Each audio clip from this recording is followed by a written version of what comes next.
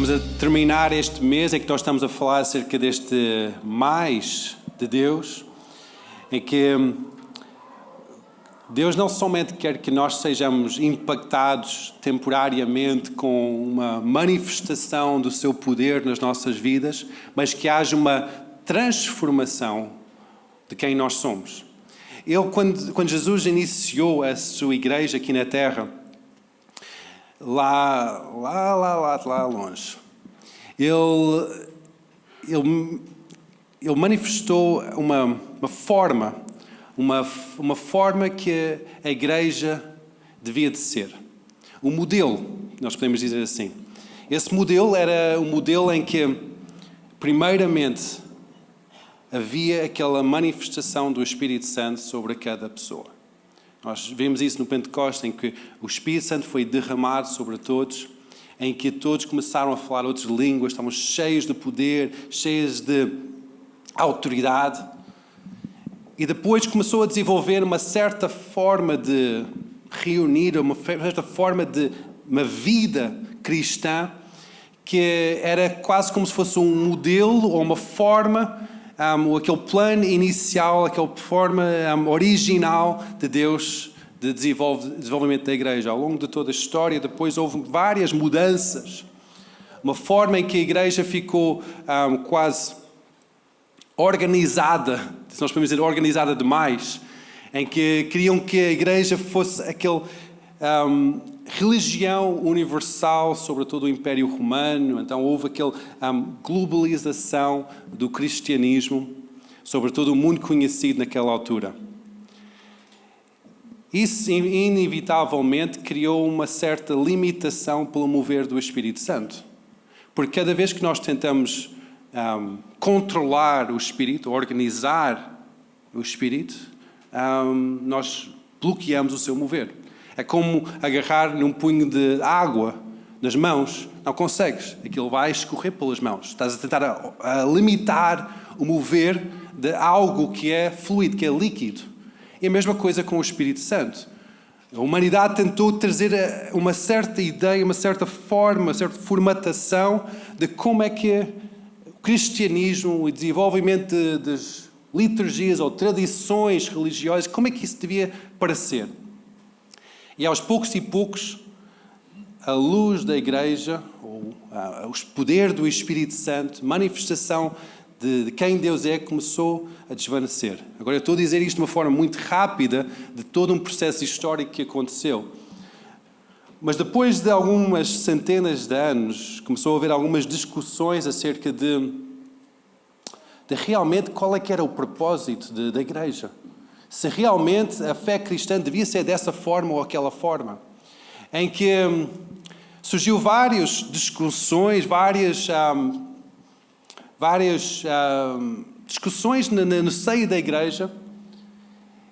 E 500 anos atrás, dia 31 de outubro de 1517, 505 anos atrás, surgiu, no culminar de várias discussões teológicas acerca de como é que a igreja devia ser, surgiu Martinho Lutero, que ele, naquele dia, pregou uma tese que ele tinha elaborado, 91 tese, na porta da igreja, em que ele pregou aquela tese dizendo, ok, há algumas corrupções, algumas situações aqui dentro do seio da igreja que precisam ser lidadas.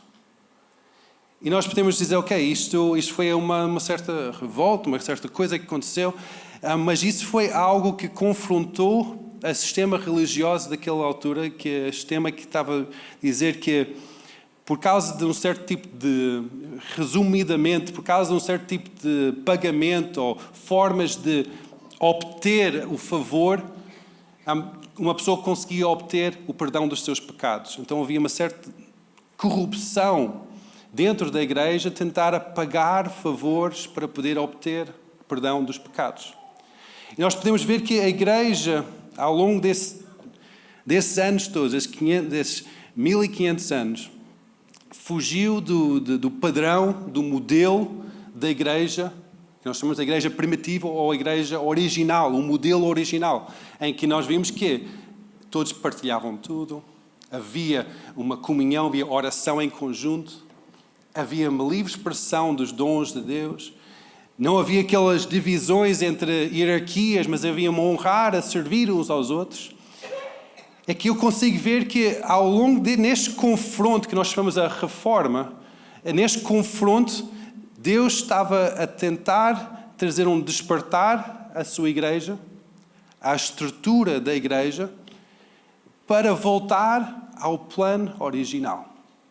Nós podemos dizer, um avivamento é algo que nós queremos um avivamento. Deus usa avivamentos para trazer à tona certas coisas da sua natureza para conseguir voltar ao plano original do Criador.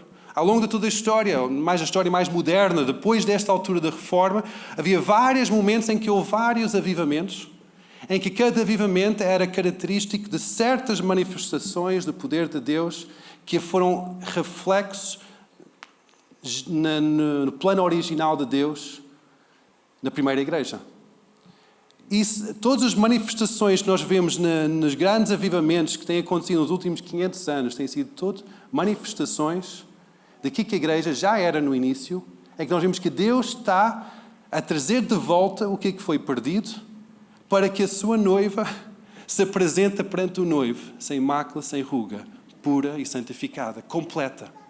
Que ao longo da história várias coisas foram se perdendo. Hoje vamos falar acerca deste momento, este marco na história, 1517, em que Martinho Lutero levantou e nesta tese 91 pontos, há 5 pontos que são sublinhados, que chama-se 5 solas, ou 5 somentes, em que são as 5 bases fundamentais sobre a igreja cristã, em que nós usamos essas bases para firmar a nossa fé.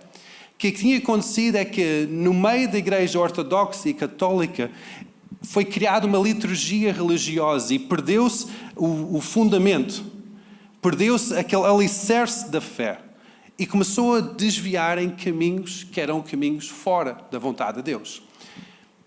E quando nós estamos a falar de uma reforma, estamos a falar é que não é uma transformação, uma mudança, é uma reforma. É reforma.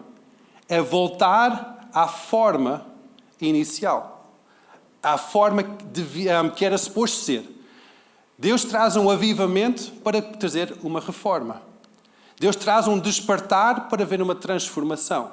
Se nós estamos a sentir despertados ou despertos no nosso coração, no nosso espírito, com áreas de Deus, então Deus não está a desejar somente que o nosso espírito seja desperto em certas áreas, mas que haja uma reforma do nosso entendimento, uma transformação do nosso entendimento, não uma coisa diferente, uma coisa uma coisa que nós não sabemos o que é, mas é para reformar, é para trazer de volta ao plano original do Criador. Quando nós pensamos, que Deus criou no início, mesmo no Jardim de Éden, era perfeito. Deus criou no início da igreja, era perfeito. E depois houve um desvio, Ele quer agora voltar para isso. Ele quer reformar a igreja. Então, nesta reforma da igreja, na reforma, que infelizmente a reforma, ou esta mudança da forma de pensar, não entrou na Península Ibérica por causa de forte presença católica, e naquela altura também havia estava a acabar a Inquisição, então havia grande oposição a novas ideias. Então essa reforma entrou em quase todos os países da Europa, menos Espanha e Portugal. Por isso nós podemos até dizer que há um certo bloqueio para esta reforma de entendimento na Península Ibérica. Por isso que nós temos que clamar por mais desta transformação do nosso entendimento. Quando nós estamos a pensar agora nestas 5 solas, ou 5 somentes, que Martinho ele mencionou, a primeira sola é a sola Escritura, ou somente as Escrituras. Esta é uma das bases fundamentais da fé cristã. Em que nós podemos pensar, mas a Escritura, a Bíblia, é desatualizada. é errônea, tem grandes falhas. Mas aqui está a voltar para o poder que há na palavra de Deus. Somente as Escrituras. Somente as Escrituras é suficiente. Toda a revelação está nas Escrituras. Toda a revelação de Deus está nas Escrituras. Toda a orientação está nas Escrituras. Toda a autoridade está nas Escrituras. A Escritura é aquela autoridade soberana. A palavra de Deus, que é a autoridade soberana sobre toda a criação, é manifesta na sua palavra, nas Escrituras. Então, quando nós dizemos, mas a Bíblia fala desta forma, não quer dizer bem isso. Neste tempo moderno é um pouco diferente. Nós estamos a pôr em causa a validação ou validade das Escrituras. Esta primeira, somente as Escrituras, diz que não há outra autoridade soberana acima das Escrituras. Há outras autoridades estabelecidas na Terra, estabelecidas e concedidas aos políticos, à educação, há formas de ter autoridade aqui nesta terra, mas quando nós dizemos que é somente as Escrituras, significa que a autoridade soberana sobre todas as outras autoridades é a palavra de Deus. É que se qualquer uma das autoridades terrenas entra em conflito com a palavra de Deus, essa autoridade perde a sua validação. Perde a sua validade perante as nossas vidas. Por isso que os primeiros apóstolos, eles estavam a pregar a palavra de Deus em Jerusalém. Os líderes políticos e religiosos chegaram e disseram, vocês não podem fazer mais isso. Nós vamos castigar-vos e vamos dar uma repreensão. Não podem pregar mais ou falar mais deste Jesus. E quando estes homens estavam a fazer isso, autoridades terrenas estavam a fazer isso, eles estavam em conflito direto com a palavra de Jesus, que foi ir por todas as nações e pregai as boas novas. Por isso que eles podiam entrar em conflito e dizer, ok, nós reconhecemos a vossa autoridade. Reconhecemos que vocês são autoridade sobre as nossas vidas. No entanto, o que é que vocês estão a dizer está aí contra uma outra autoridade. Por isso nós não podemos parar de declarar as boas novas. Então está aí contra uma autoridade que é a autoridade soberana, que é as Escrituras. Em 1 Coríntios 4:6 diz que, irmãos, apliquei essas coisas por semelhança a mim e a Apolo por amor de vós, para que em nós aprendeis a não ir para além do que está escrito. Além do que está escrito. Não é além do que está ensinado por nós, mas além daquilo que está escrito na palavra de Deus. Não vos ensoberbecendo a favor de um contra o outro. E depois 2 Timóteo 3:16 diz que toda a Escritura é divinamente inspirada e proveitosa para ensinar, para redarguir e corrigir, para instruir em justiça, para que o homem de Deus seja perfeito e perfeitamente instruído em toda boa obra. Então, está aqui a dizer que toda a palavra de Deus é divinamente inspirada para que nós ficamos edificados, para fazermos bem a boa obra que Deus nos tem dado. Por isso que a Escritura é a autoridade soberana sobre as nossas vidas. Amém? Quando nós estamos a seguir o caminho de Deus, não somente seguimos a orientação do pastor ou da igreja, mas é importante tu conheceres a palavra de Deus. De leres a palavra de Deus diariamente. Porque esta palavra de Deus é a autoridade sobre a tua vida. É o teu guia para cada momento. É a luz do teu caminho. É a palavra de Deus. A segunda sola é sola fide, que é somente a fé. Aqui, Lutero estava diretamente contra um sistema de obter salvação por causa das boas obras ou por causa de um bom pagamento, das boas ofertas. Havia esses dois conceitos na igreja naquele momento em que, se eu sou uma boa pessoa, eu vou obter a salvação. Se eu pago bem as minhas ofertas, se eu sou generoso nas ofertas, eu vou obter um lugar no céu. E aqui, Lutero está aí completamente contra isso. Está a dizer, somente pela fé em Deus que nós somos salvos. Somente pela fé em Deus. Não é através das boas obras que nós somos salvos, mas nós somos salvos para as boas obras. Há uma diferença aqui. Nós podemos dizer que eu sou salvo por aquilo que estou a fazer, porque é uma boa pessoa. Não. Tu és salvo para seres uma boa pessoa. É na salvação que tu vais encontrar esse lugar de seres uma boa pessoa. Tu és salvo para as boas obras. Em Romanos 4, versículo 5, diz que aquele que não pratica, porém crê naquele que justifica o ímpio, a sua fé lhe é imputada como justiça. Assim como Davi declara, bem-aventurado o homem a quem Deus imputa a justiça sem as obras, dizendo, bem-aventurados aqueles cujas maldades são perdoadas e cujos pecados são cobertos. Bem-aventurado o homem a quem o Senhor não imputa o pecado. E depois, em Gálatas 2, versículo 16, diz que o homem, sabendo que o homem não é justificado pelas obras da lei, mas pela fé em Jesus Cristo.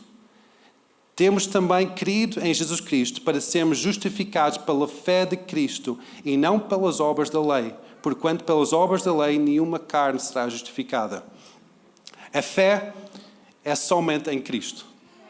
Não é a fé nas nossas boas obras, nem na nossa família, nem naquilo que nós podemos fazer. A nossa fé é somente em Cristo. Fé é acreditar, mesmo não vendo, mesmo não sentindo, mesmo não ter qualquer evidência da sua realidade, mas é acreditar. É dizer, ok, Jesus, está dito que tu morreste na cruz para os meus pecados, então eu decido acreditar em ti. Talvez tu não vais sentir nenhum calafrio, talvez tu não vais sentir nada, mas tu vais dizer, sim, eu creio. Eu decido acreditar, isso é fé. A próxima sola é a sola gratia, ou somente a graça. A graça é aquele poder que nós não merecemos. O poder de Deus em nós, que nós não merecemos. Que leve-nos à salvação. Aquele poder que também capacite-nos para as boas obras. É através da graça que conseguimos caminhar em santidade. Não é através da nossa determinação, mas é através do poder de Deus sobre a nossa vida, que concede-nos aquela graça para andarmos santos. Em Efésios 2, versículo 1 a 10, tem um texto um pouco grande, mas é um texto que explica exatamente o que é a graça nas nossas vidas. Então vamos ler isto em conjunto. Efésios 2, versículo 1. Eu vos vivifico, estando vós mortos em vossas ofensas e pecados, em que noutro tempo andaste, segundo o curso deste mundo, segundo o príncipe e potestades do ar e do espírito que agora opera nos filhos de desobediência, entre os quais todos nós também antes andávamos nos desejos da nossa carne, fazendo a vontade da carne e dos pensamentos, e éramos, por natureza, filhos da ira, como outros também. Então, aqui está a explicar quem nós éramos antes de conhecer Cristo. Meu Deus, que é riquíssimo em misericórdia, pelo seu muito amor em que nos amou, estando nós ainda mortos em nossas ofensas, nos vivificou juntamente com Cristo, pela graça sois salvos. E nos ressuscitou juntamente com Ele, e nos fez assentar nos lugares celestiais em Cristo Jesus, para mostrar nos séculos vindouros as abundantes riquezas da sua graça, pela sua benignidade para conosco em Cristo Jesus. Porque pela graça sois salvos por meio da fé. E isso não vem de vós, é dom de Deus. Não vem das obras, para que ninguém se gloria. Porque somos feitura sua, criados em Cristo Jesus para as boas obras, as quais Deus preparou para que andássemos nelas. Amém. Isto é o culminar de nossa identidade. Antes nós éramos mortos. Deus nos vivificou pelo seu Filho. Quando nós temos fé em Jesus Cristo, a sua graça é derramada sobre nós, para nós podermos ser salvos. E não somente salvos de uma vez só, mas salvos para caminhar numa vida de santificação, uma vida de renovação, uma vida de transformação. Amém? Aleluia. Número 4. Solus Christus. Somente Cristo. Somente Cristo. Não há outro mediador entre nós e Deus. Não há nenhum familiar, nem nenhum santo ou santa. Nada pode dar-nos salvação. Nada pode ser o nosso mediador para dar-nos favor ou salvação. Nada nem ninguém pode nos salvar sem ser Cristo. A mensagem central de toda a palavra de Deus é Cristo. A mensagem da redenção de toda a humanidade, a centralidade da palavra de Deus centra-se em Cristo. Quando nós esquecemos disso e tiramos Cristo da equação, de Cristo da relevância, é somente Deus ou somente o Espírito Santo, nós estamos a tirar a centralidade do Evangelho, aquela pedra central da nossa fé, que é Cristo. Cristo foi enviado para nos salvar. Cristo levou sobre ele as nossas ofensas para que nós tenhamos um relacionamento com Deus.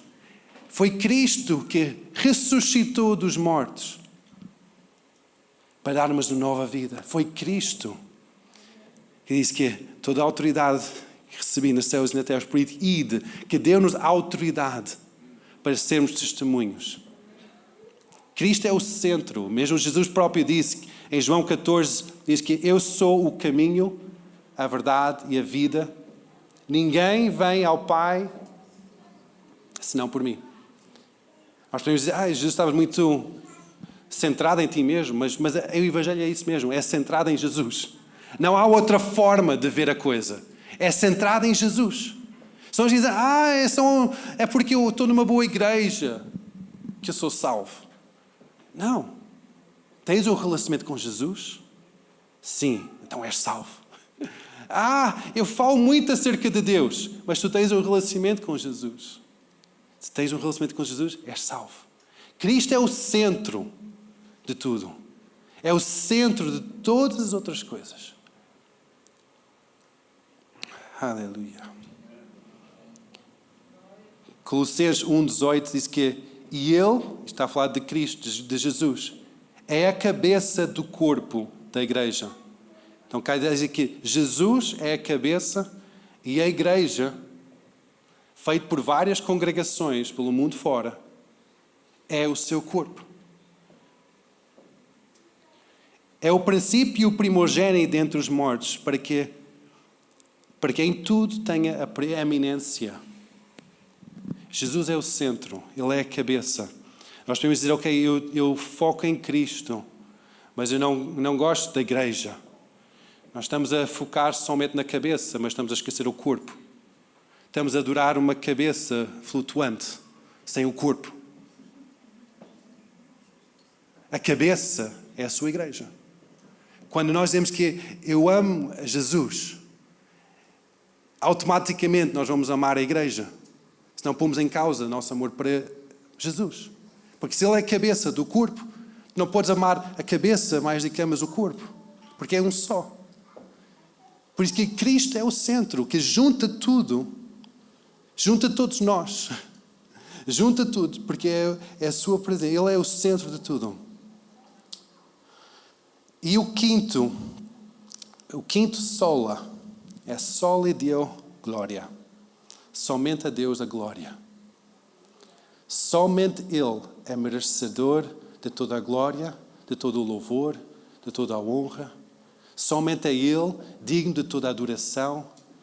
E está a remeter de volta lá atrás aos 10 mandamentos, a dizer, não terás outro Deus além de mim.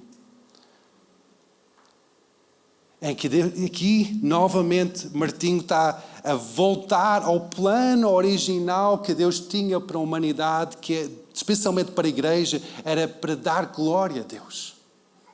Não é para dar glória a uma estátua, a um rei, a um presidente, a uma autoridade, a um clube, ou qualquer... Não é para dar glória a mais ninguém sem ser Deus. O nosso objetivo é para dar glória a Deus. Tudo que nós fazemos devia ser aquela fragrância, aquele cheiro suave de glória a Deus. Por isso que esta sola Deo glória, somente Deus a glória, é a cola entre todos os outros solas. Em que cada um dos pontos em que nós vivemos para dar a Deus a glória. Em 1 Coríntios 10:31 diz que, portanto, quer comais, quer bebais, quer que façais outra coisa qualquer, fazei tudo para a glória de Deus. Tudo para a glória de Deus. Nós conseguimos pensar nisso, ok? Será que a nossa vida toda está para a honra e glória dele? Ou é para a nossa própria honra? Aquilo que nós queremos, os nossos desejos. Romanos 6:4 diz que de sorte fomos sepultados pelo mesmo batismo na morte, pelo que como Cristo ressuscitou dos mortos pela glória do Pai, assim andemos nós também em novidade da vida. A própria vida de Jesus era para a glória de Deus. É para a glória de Deus. A sua morte, a sua ressurreição era para a glória de Deus. Ele é o exemplo de como viver uma vida para a glória de Deus. Ele viveu para a glória de Deus. Ele entregou a sua vida para glorificá-lo. Ele ressuscitou para glorificá-lo. Tudo que ele fez e tudo que ele está a fazer é para glorificar o Pai. É a mesma coisa em nós. Ele é o exemplo da nossa vida. O que é que nós devemos fazer? Como é que nós devemos agir? É para a glória de Deus. Tudo que nós pensamos, tudo que nós agimos, tudo que nós falamos. Filipenses 2:9 diz que pelo que também Deus o exaltou soberanamente e deu um nome sobre todo o nome, para que ao nome de Jesus se dobre todo o joelho dos que estão nos céus e na terra e debaixo da terra, e toda língua confessa que Jesus é o Senhor, para a glória de Deus Pai. Trazer pessoas à salvação não é somente para criar um número, para dizer, ok, mais uma pessoa que é um relatório bem preenchido. É para glorificar a Deus. Cada pessoa que entrega o seu coração a Deus é uma forma de glorificar Deus. Cada pessoa que diz sim, Jesus, é uma forma que nós, se nós fazemos parte deste processo de guiar aquela pessoa à salvação, nós estamos nesse processo a glorificar a Deus. E aquela pessoa que entregou a sua vida para Deus está a glorificar a Deus. Por isso que é tão importante nós estamos envolvidos neste espalhar do amor de Deus. De derramar a nossa vida em prol das outras pessoas. Porque são formas em que nós glorificamos Deus. Não é só formas de cumprir uma missão. Dizer, ok, eu estou a cumprir a grande comissão, eu estou a pregar. Eu estou a cumprir isto, eu estou a fazer. Não. Aquilo que tu estás a fazer é para a glória de Deus. É Deus ser glorificado.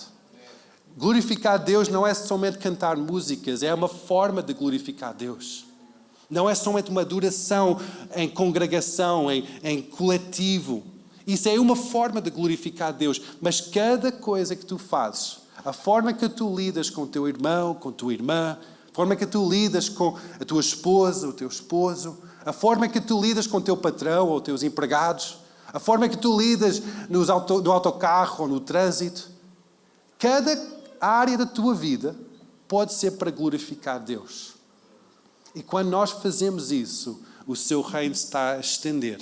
A influência do reino de Deus, a influência do rei está a estender para cada sítio onde nós estamos.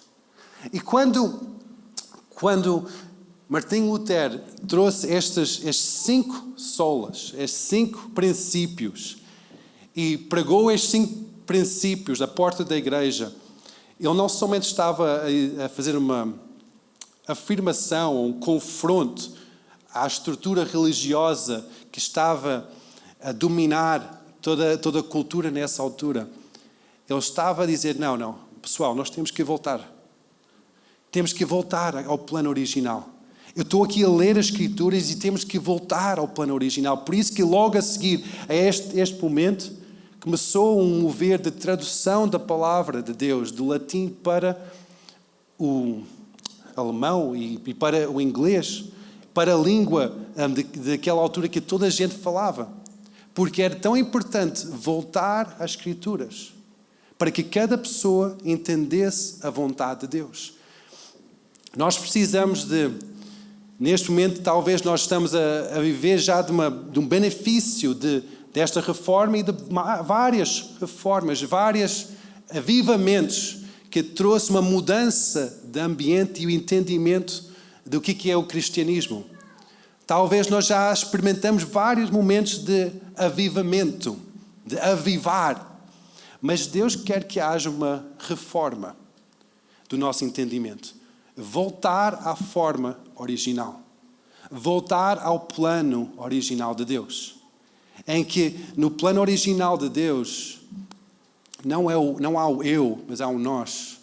Não há a minha vontade, mas é a tua. Não é aquilo que eu quero, mas é como é que eu posso glorificar Deus. Nós vemos todos estes reflexos na igreja primitiva. De uma entrega total, de uma ousadia total, de uma partilha total, de uma fé total. Era tudo partilhado, era tudo um conjunto que cada pessoa estava a tomar o seu lugar. E eu acredito que os grandes moveres e estes moveres de Deus, avivamentos, estão a acelerar em passo, estão a ser mais e mais frequentes em mais sítios do mundo. Antigamente havia um avivamento aqui, depois de alguns anos, outro avivamento ali. E hoje em dia eu vejo uma aceleração dos moveres de Deus. E a única forma que eu posso interpretar isso é que Deus está a querer acelerar esta reforma, ou esta transformação, para que volte ao plano original, para que a noiva e o noivo podem se juntar. Para que pode chegar aquele momento em que Jesus pode voltar. As reformas e os avivamentos são para preparar a igreja para ser aquela igreja sem mácula, sem ruga, santo, pura, completo, a cumprir o seu propósito, cumprir o seu objetivo. E talvez nós estamos neste momento em que nós estamos a dizer, mas talvez estás aqui a dizer, eu não sabia que o cristianismo era assim. Eu não sabia que seguir Deus era dessa forma. Não sabia que é assim que eu devia seguir, que somente a fé, somente a graça, somente a Escritura, somente a Cristo, somente a Deus a glória. Eu não sabia que era isso. Eu pensava que era somente a frequentar uns cultos. Pensava que era isso.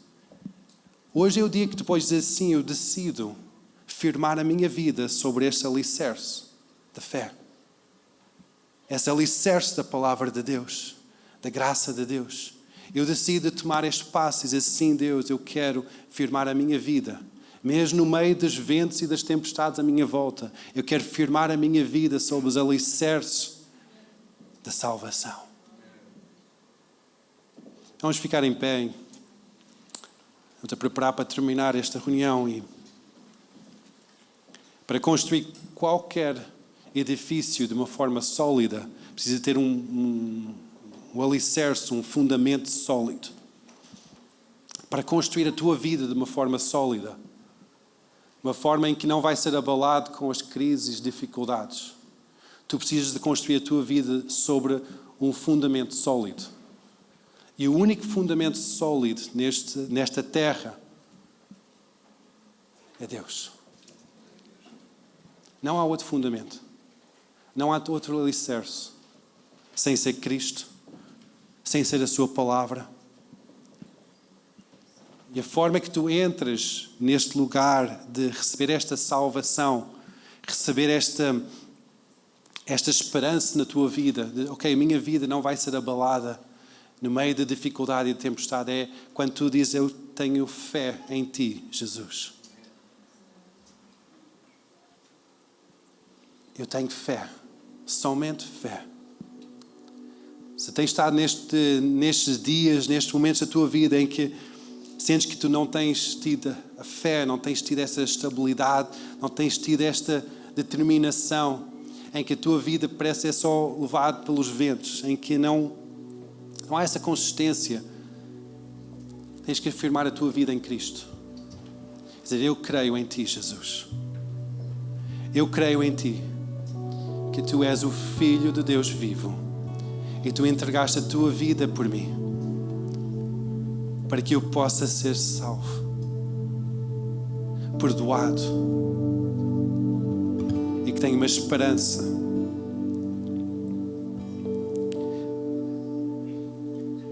Se és tu, então só repete esta oração comigo, esta oração de fé em Jesus. Diz, Jesus, eu creio em ti. Diz, levanta as tuas mãos e diz, Senhor Jesus, muito obrigado porque tu vieste à terra para me salvar.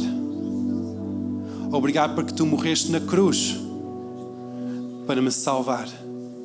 Obrigado porque tu ressuscitaste para me salvar. Hoje eu digo que eu tenho fé em ti e eu entrego a minha vida para ti. Eu quero construir a minha vida sobre a tua palavra. Eu quero receber a tua graça hoje, aquele poder que eu não mereço, para ser uma pessoa melhor, uma pessoa santa, uma pessoa que eu dou glórias ao teu nome, que eu dou glória a ti, Deus, porque tu és o único que é merecedor de toda a glória. Amém.